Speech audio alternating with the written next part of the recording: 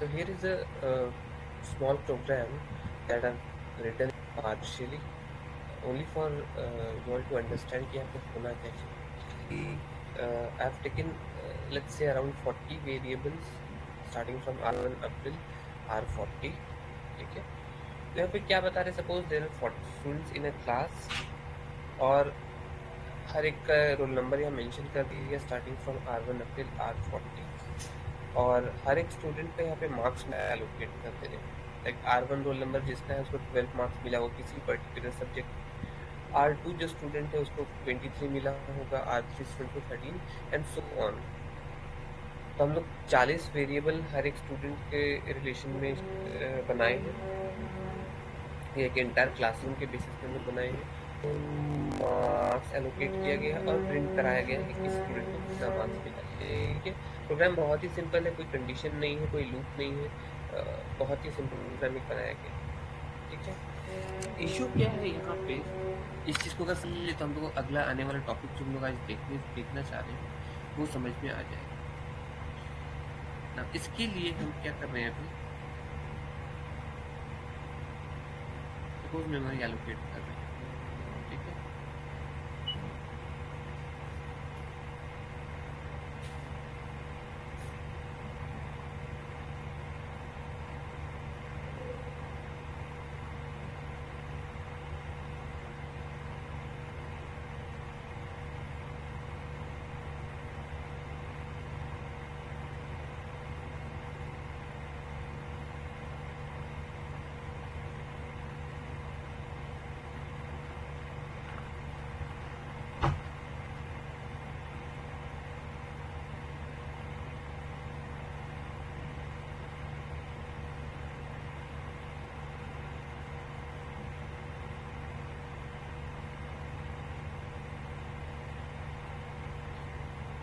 Suppose सारे equal size के हैं.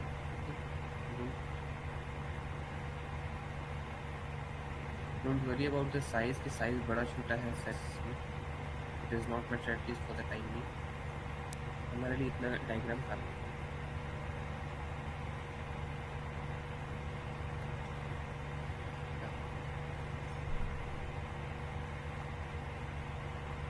This is the memory representation. यहाँ पे लिख देते हैं.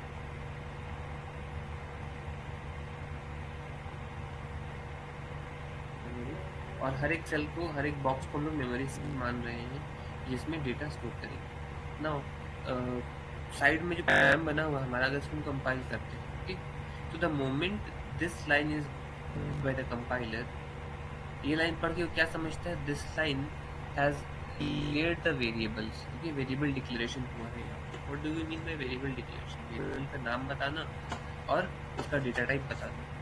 ओके. तो यहाँ पे हम लोग क्या कर रहे हैं, R1 से लेकर R40 40 वेरिएबल ले रहे हैं of integer type. Let's say हम लोग को पता है कि इंटीजर टाइप के हम लोग को 2 बाइट्स ऑफ मेमोरी चाहिए. एंड लेट्स से कि हमारे मेमोरी सेल है हर एक 2 बाइट्स का है. तो हर एक सेल में हम एक वेरिएबल स्टोर करते हैं. Okay. So what I will do is that, जैसे ही इस लाइन को कंपाइलर रीड करेगा इंट R1 R2 R3 करके, वो मेमोरी में खोजेगा कि कहाँ पे 2 बाइट्स ऑफ इज अवेलेबल. ठीक है. जहाँ पे सबसे पहले 2 बाइट्स ऑफ स्पेस दिखाई देगा वहाँ पे पहले R1 को स्टोर कर देगा. सपोज कि ये वाला स्पेस मिल गया था. Now there is no such guarantee. में कुछ डेटा को स्टोर करते हैं, सपोज इमेजेस स्टोर किए, वीडियो स्टोर किए, ये कुछ भी डेटा अगर हम लोग स्टोर करते हैं रैंडम बेसिस पे, डेली बेसिस पे, तो रैंडमली प्लेस हो जाता है. कोई सीक्वेंस ऐसा नहीं है कि आज तक तुम जहाँ तक डेटा स्टोर किया था कल से उसके बाद से डेटा स्टोर होना स्टार्ट हो. उसको जहाँ पे जितना अमाउंट ऑफ स्पेस दिखता है वहाँ पे एलोकेट करते हैं. अगेन सिस्टम को बहुत ज़्यादा लोग जब यूज़ करने लगते हैं, डेली बेसिस पे यूज़ कर रहे हैं, डेटा जब शेयर करते हैं, तो उसके साथ कुछ जंक फाइल्स भी चले जाते हैं, रेसिडुअल फाइल्स भी चले जाते हैं, बीच में से डेटा हम लोग डिलीट भी कर देते हैं. कुछ चीज़ें हैं जिनको हम लोग परमानेंटली डिलीट नहीं कर पाते हैं या टोटली डिलीट नहीं कर पाते हैं, तो उनका पार्शियल फाइल्स या रेसिडुअल फाइल्स जो है वो फिर भी मेमोरी में परसिस्ट करता है. तो उसमें क्या होता है कि वो कुछ हिस्सा पढ़ के या मेमोरी में कुछ हिस्सा रिलीज कर देता है. एंटायर चंक ऑफ मेमोरी जो है वो डिलीट नहीं हो पाती, वो फ्री नहीं हो पाता. इसके चलते हमारे पास बहुत छोटे छोटे स्पेस ना या वेस्ट चला जाता है। तो अब क्या होगा यहाँ पे रैंडमली R1 यहाँ तो स्टोर हो गया, R2 हो सकता है यहाँ स्टोर हो जाए, R3 हो सकता है यहाँ स्टोर हो जाए। So there is no proper sequencing, there is no proper arrangement, there is no proper alignment in storing these variables in memory. In variables को मेमोरी में स्टोर करने के लिए कोई रूल नहीं है, कोई प्रॉपर अलाइनमेंट नहीं है। तो मेमोरी मैनेजमेंट टेक्निक जो है हमारा सिस्टम का, वो इस मामले में थोड़ा सा पुअर है बस, ठीक है ना, it's a bit poor. We are considering storing so much variable from a single program. तो रैंडमली जहाँ स्पेस मिलता है वहाँ पे मेमोरी में वेरिएबल्स को पोजीशन प्रोवाइड करके स्पेस एलोकेट करा देते। इस तरह से 40 वेरिएबल्स को रैंडमली कहीं पे भी प्लेस कर सकते हैं, ठीक है। इस तरह से हो गया। चलो और वेरिएबल्स भी यहाँ पे नोट कर लेते हैं। आखिरी वहाँ हो गया।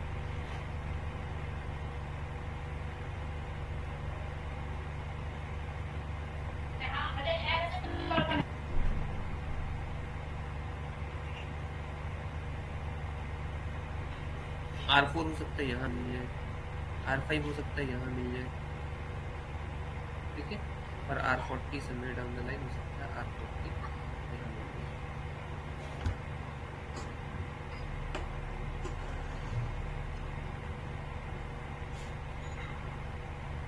ठीक है, तो कोई प्रॉपर अलाइनमेंट नहीं, कोई प्रॉपर सीक्वेंसिंग नहीं है। इट्स जस्ट अबाउट हाँ सही लगा जहाँ अवेलेबल स्पेस पहले मिल गया, कि जहाँ अवेलेबल स्पेस पहले मिल गया वहाँ पे वेरिएबल्स को एलोकेट करना चाहिए। ये हो गया। तो what is the problem with this thing? अच्छा, उसके बाद क्या मिलेगा हम लोगों को? ये R1 का वैल्यू 12 है, तो R1 कहाँ है मेमोरी में खोजेगा कंपाइलर? अच्छा, R1 यहाँ पे है, चलो R1 को यहाँ पे 40 का 12 का वैल्यू दे दो। R2 कहाँ पे है? चलो R2 के पास, चलो R2 खोजा खोजा खोजा, R2 यहाँ मिला, चलो इसको 23 दो।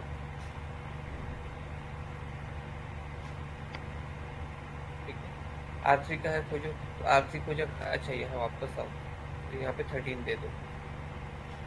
ठीक, इससे हो क्या रहा है, एक देखो इशू क्या है, क्योंकि ये वेरिएबल्स रैंडमली मेमोरी में प्लेस्ड है, इनके बीच में कोई अलाइनमेंट नहीं है, कोई रिलेशनशिप नहीं दिखाई दे रहा। R2 के बाद R3 कहीं साइड में प्लेस होता, या उसके ऊपर नीचे कहीं पे प्लेस, या कहीं डायगनली प्लेस कर देते उसको, नहीं, तो उसको खोजने में टाइम लग रहा है। ओके, तो R2 के बाद R3, R3 के बाद R4 एंड सो ऑन, इसको वेरिएबल्स खोजने में टाइम लग रहा है। It's just think of an example. ऐसा एग्जाम्पल देखो कि तुम लोग सपोज बोर्ड का या अपना एक सेमेस्टर एग्जाम दे गए एग्जामिनेशन हॉल, वहाँ पे क्या है, तुम लोग को बैठा दिया गया, तब कि वहाँ पे नंबर ऑफ बेंचेस ज़्यादा थे और नंबर ऑफ स्टूडेंट्स जो एग्जाम देने आए थे वो काफ़ी कम थे। सपोज वहाँ पे 40 स्पेसेस, 40 स्टूडेंट्स का बैठने का लगा था, वहाँ पे 10 स्टूडेंट्स को बैठा रहे, तो हम करेंगे अपनी मर्जी सबको रैंडमली दूर दूर बैठा देंगे कि तुम फर्स्ट स्टूडेंट यहाँ बैठो, फिर दूसरा स्टूडेंट कहीं दूर बैठेगा, तीसरा स्टूडेंट कहीं और बैठेगा। अगेन हम कोई प्रॉपर रूल रेगुलेशन नहीं फॉलो कर, जिसमें रैंडमली जो पहले आया उसको जहाँ सही लगा वहाँ बैठा, कीपिंग अ डिस्टेंस अपार्ट। इससे इशू क्या हो रहा है, अगर हम प्रोसेसर हैं, तुम लोग को बैठा तो दिए, मेमोरी एलोकेट कर दिए, अब हम तुम लोग को आंसर शीट डिस्ट्रीब्यूट करना है, जा करके देना है, फिर हम तुम लोग को टाइम होगा तो क्वेश्चन पेपर डिस्ट्रीब्यूट करेंगे, फिर आफ्टर सब बार बार करना पड़ा, मतलब प्रोसेसर को बार बार इस मेमोरी वैल्यूज को रिविजिट करना पड़ रहा। पहले गए आंसर शीट देने के लिए, एक बार विजिट किए, दूसरे बार गए क्वेश्चन पेपर देने के लिए, सेकेंड टाइम विजिट किए, थर्ड टाइम गए इन्विजिलेटर के बेसिस पे सिग्नेचर करने के लिए, फोर्थ टाइम हम चेक कर रहे हैं, राउंड विजिट पे जा रहे हैं, जस्ट ईच नोड, बार बार हम विजिट कर रहे हैं सब वेरिएबल्स को, जस्ट वेरीफाई कि हाँ सब कुछ ठीक है, और लास्ट में फिर हम जब जा रहे हैं तो फिर आंसर शीट कलेक्ट कर रहे हैं। The problem with this thing is that क्योंकि हम रैंडमली प्लेस करते हैं, कोई सीक्वेंसिंग नहीं कि रोल नंबर 1 के बाद रोल नंबर 2 बैठा था, फिर तो हमको पेपर कलेक्ट करने में भी इशू होगा। 1 कहाँ है, पहले अपना पेपर दो, फिर 2 कहाँ है, तुम अपना पेपर दो, ठीक है। तो हमको हर एक नोड को विजिट करने में पहले तो टाइम लग रहा है, और ये टाइम जब लगता है तो इसलिए हमारा सिस्टम जो है स्लो हो जाता है। नॉट एक्सिंग सिस्टम स्लो हो गया, but the thing is that the amount of time it requires to give the proper और एग्जैक्ट आउटपुट इज इंक्रीज। ठीक है ना, जो अमाउंट ऑफ टाइम लग रहा है वो बढ़ जाता है। इसी चीज को रिड्यूस करने के लिए एक नया कॉन्सेप्ट आया था, that is known as, anybody guess what is that new concept?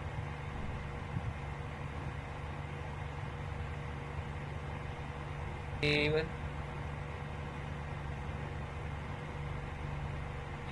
Sir array. Very good, array. Okay, so in order to overcome limitations of using so many variables, they introduced a concept known as array। Okay, यहाँ पे ना दो तीन बातें निकल करके आई, देखो है क्या।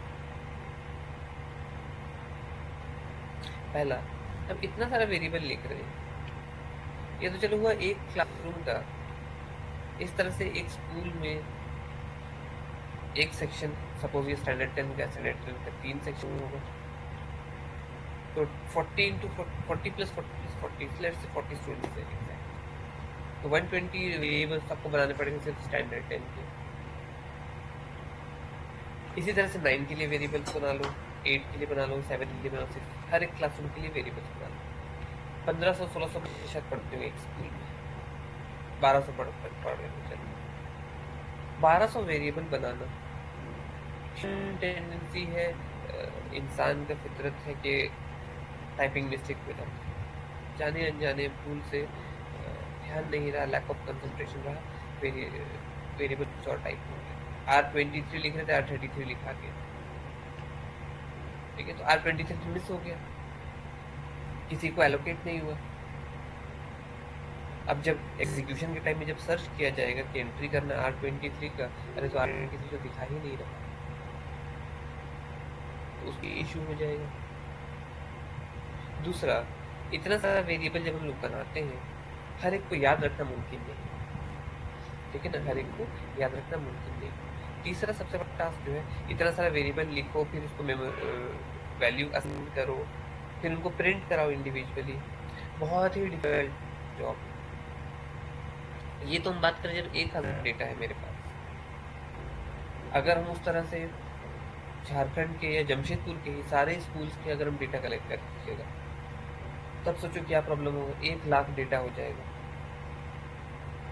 1 लाख तो नहीं होगा, लेट से ये 50,000 हो गए, 40,000 बच्चे पढ़ रहे हैं, स्कूल कॉलेज सब कुछ मिलाकर। उतना डेटा हमको रखने के लिए फिर नया वेरिएबल बनाना पड़ेगा। तो think about the amount of task required by simply naming those variables and allocating memory to those variables। बहुत डिफिकल्ट जॉब। अगेन एरर होना, मिस्टेक्स होने का चांसेस बहुत हाई रहता है। तुम इतना सारा जब डेटा रखते हो तो you try to write those things quickly, है ना। जब तुमको कॉपी में भी दिखाई तो बहुत सारा चीज़ दिखती है, तो हम लोग थोड़ा स्पीड बढ़ाते हैं तो क्या होता है, राइटिंग थोड़ा ख़राब हो जाता है, स्पेलिंग्स मिस्टेक होने लगते हैं, कुछ वर्ड्स बीच में से छूट जाते हैं। तो that is a natural human tendency कि हम लोग का इस तरह से मिस्टेक्स हो ही जाएगा। तो जितना भी केयरफुली काम करने की कोशिश करो, समवेयर लाइन एक आध मिस्टेक तो होना ही। इस चीज़ से बचने के लिए, और जो टेक्निकल रीज़न हम बताएंगे, मेमोरी जो इतना डिस्टेंट अपार्ट में रैंडमली कहीं पे भी एलोकेट हो जाता है, इनको फेच करने के लिए, इनको विजिट करने के लिए हम लोग को टाइम लगता है। तो एग्जीक्यूशन टाइम मेरा डेटा टाइम है। व्हाट इज अरे टू बी स्पेसिफिक, इसका डेफिनेशन लिखने की कोशिश करते हैं।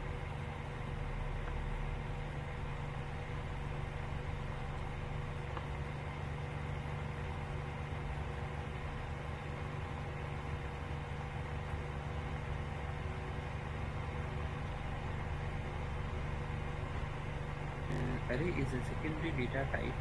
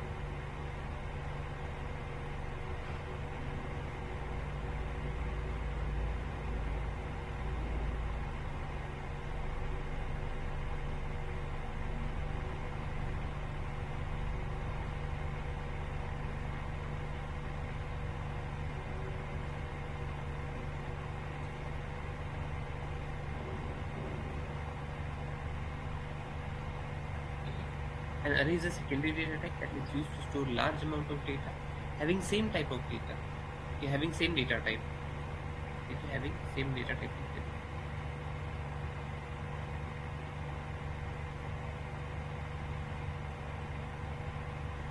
Using a single name, ठीक है, ये हो गया। तो यहाँ पे देखो क्या है, हमारे पास जितना भी नंबर है सबका सेम डेटा टाइप है, इंट, ठीक है। तो अगर आपके पास बहुत सारे वेरिएबल्स हो और उनके बीच में एक कॉमन चीज़ क्या हो, कॉमन फैक्टर क्या हो, सारे वेरिएबल्स, ये सारे वैल्यूज जो है सेम डेटा टाइप को बिलोंग करते हैं, उस एस्पेक्ट से हम लोग उसका बना सकते हैं। हाँ, लेकिन अगर ऐसा हो जाए कि तुम्हारे पास 3 वेरिएबल हो इंट का, 2 वेरिएबल हो फ्रूट का और बाकी 5 वेरिएबल किसी और डेटा टाइप के, इनको मिला करके अरे नहीं बना सकते। अरे इज ऑफ होमोजीनियस नेचर, मतलब सेम टाइप का ही डेटा अपने अंदर स्टोर कर सकता है, डिफरेंट टाइप्स ऑफ डेटा नहीं स्टोर कर सकता। हाँ, अगर आपके पास 50 वेरिएबल है फ्लोट टाइप के, तो फ्लोट डेटा टाइप का अरे बना लो। अगेन सेकेंडरी डेटा टाइप क्यों बोला गया इसको, ये भी समझो। अगर हम इसका सिंटैक्स नहीं लिख सकते हैं, इन ए 20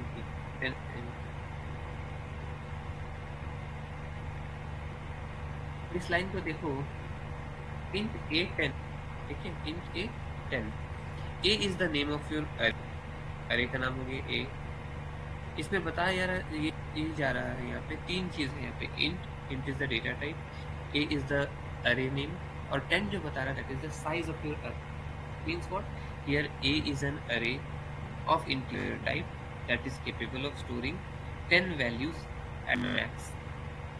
ज़्यादा से ज़्यादा 10 वैल्यू स्टोर कर सकते, 10 नहीं देना चाहते 2 ही दे दो, 5 दे दो, 7 दे दो, ठीक है। 10 से कम जितना भी दे ले लेगा, 10 तक ले लेगा, 10 से ज़्यादा वैल्यू नहीं लेगा।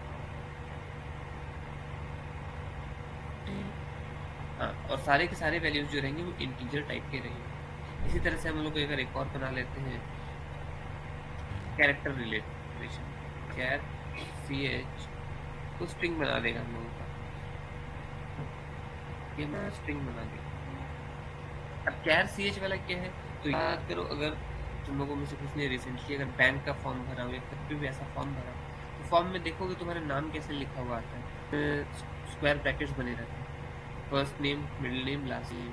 तो छोटे छोटे स्क्वायर ब्रैकेट्स जो है, हर एक ब्रैकेट में आप एक कैरेक्टर जोड़ोगे, तो वो हमारा ये कैरेक्टर बता रहा है, ठीक है। This is the concept, the reason why we introduced array. There were certain limitations with declaring so many variables of same data type, ठीक है। उस चीज़ को दूर करने के लिए हम क्या किए, तो taking so many names, we have taken only one name for our array। Variable में जहाँ हमारे पास 40 नाम चाहिए, R1 से R40, हम लोग क्या कर सकते हैं, R40 करके तो ऊपर वाला ये जो चीज़ दिखाई दे रही है, इसी को हम क्या करेंगे, अरे में अगर डिक्लेयर करेंगे int r with size 40। All you need to have is that an idea कि तुम्हारे पास कितना एलिमेंट जाने है। अगर तुमको इस चीज़ का आइडिया नहीं है, तरफ से ले करके 10 20 50 स्पेस A10 लेकर के यहाँ पे चल रहे हैं या R40 लेकर के चल रहे हैं, तो उसको कंप्यूटर समझता कैसे है?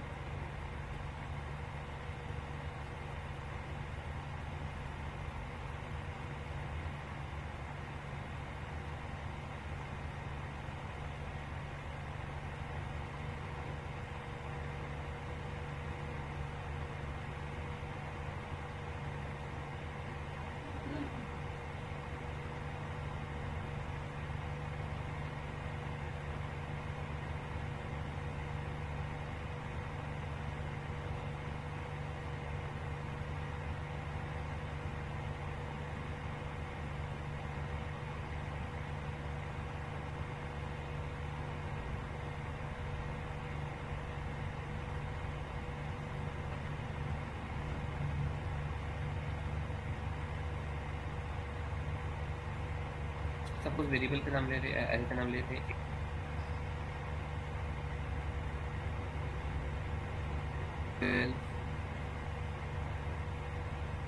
7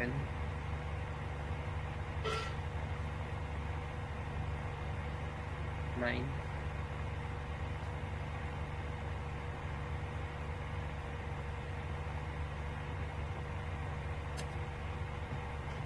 13, 21, putting random values.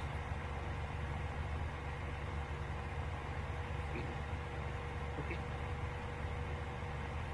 अब कोई पूछे तो यहाँ पे प्रॉब्लम ये है कि एक ही नाम को इतना वैल्यू दे दिया गया है, तो ए को जब हम बुलाएंगे तो कौन सा वैल्यू आना चाहिए? क्या सारा वैल्यू आ जाएगा? जब ए को कॉल करते तो कौन सा वैल्यू आना चाहिए? क्या सारा वैल्यू आ जाए, या कोई स्पेसिफिक वैल्यू हम बुलाना चाहते हैं तो उसको कैसे बुलाया जाए? ठीक है ना, उसको कैसे बुलाया जाए? तो उसमें होता क्या है, को there is a concept that is known as array index. Okay, each space is allocated an index value in integer value starting from 0, then you have 1, then you have 2, then you have 3.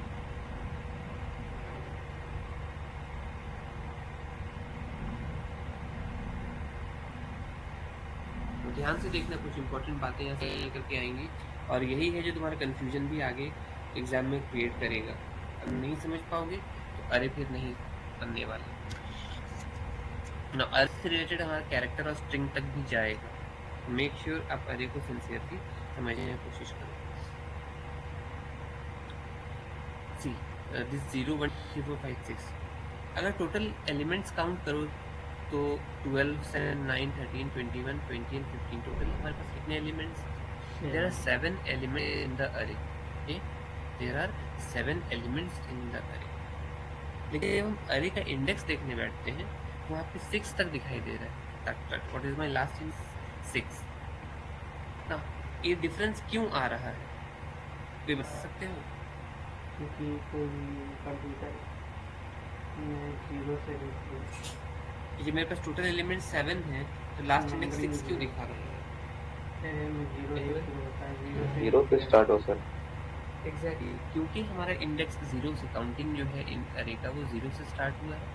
तो 0, 1, 2, 3, 4, 5, 6, अगर इस चीज़ को हम 1 से count करते तो definitely 7 मिलता है. But rule states that array index always starts from 0.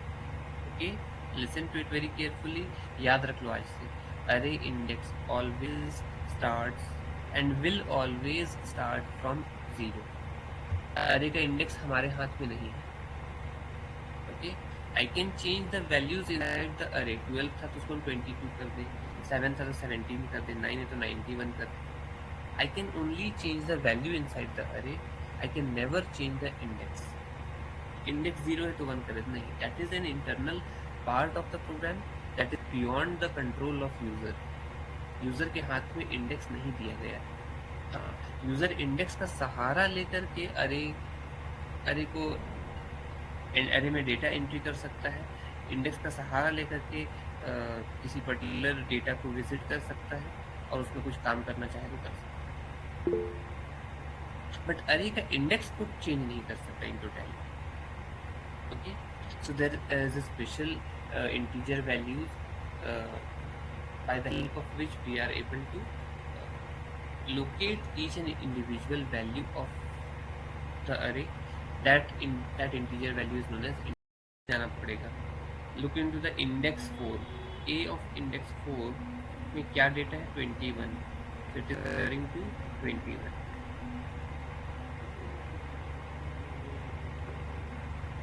Similarly, if someone says A of 2, तो A of 2 में हमारे पास डेटा है 9. A of 3 में क्या डेटा है? 13. इस तरह से by the help of array name and names index हम लोग अपना डेटा को एक्सेस कर सकते हैं, उस स्पेस को एक्सेस कर सकते हैं. saying that हम वहाँ पे अरे का नेम और अरे का इंडेक्स के सहारा लेकर के दोनों का कॉम्बिनेशन बना करके उस एलिमेंट को एक्सेस कर सकते हैं या उस मेमोरी स्पेस को एक्सेस कर सकते हैं. एक और बेनिफिट हम लोगों को क्या मिल रहा है, सी टू दिस, कि जहाँ हमारे पास यहाँ पे मेमोरी सेल में बहुत सारे वेरिएबल्स रैंडमली प्लेस हो रहे थे बिना किसी रूल रेगुलेशन के. ऑन दी अदर हैंड अरे में देखो क्या हो रहा है, सभी वैल्यूज जो हैं वो side by side memory allocate हुए हैं. तो जैसे ही लिखते हैं यहाँ पे देखो, जैसे हम लोगों ने लिखा है A10, तो ये क्या बता रहा है कि 10 एलिमेंट हम लोग का स्टोर होने का चांसेस है ये 10 एलिमेंट स्टोर करना चाह रहा है यूजर ऑफ इंटीजर टाइप, क्योंकि एक इंटीजर टाइप स्पेस चाहिए होता है, टोटल 10 इंटू 2 हो जाएगा 20 बाइट्स। 20 बाइट्स पूरा हिस्सा उठा करके एक साथ कैप्चर कर देगा, ठीक है, एक साथ कैप्चर ब्लॉक कर देगा। हाँ भाई 20 बाइट्स हमको एक साथ दे देगा। अब एक साथ जब मिला तो बहुत बड़ा स्पेस उसको एंटायरिटी में मिल गया। अब वो फ्रीली अपना डेटा वहाँ पे एक्सेस कर इनपुट कर सकता है, जो भी डेटा स्टोर होगा वो सारा साइड बाय साइड एलोकेट होगा। तो हम लोग को अरे में क्या मिलता है, दो बातें यहाँ से निकल करके आई।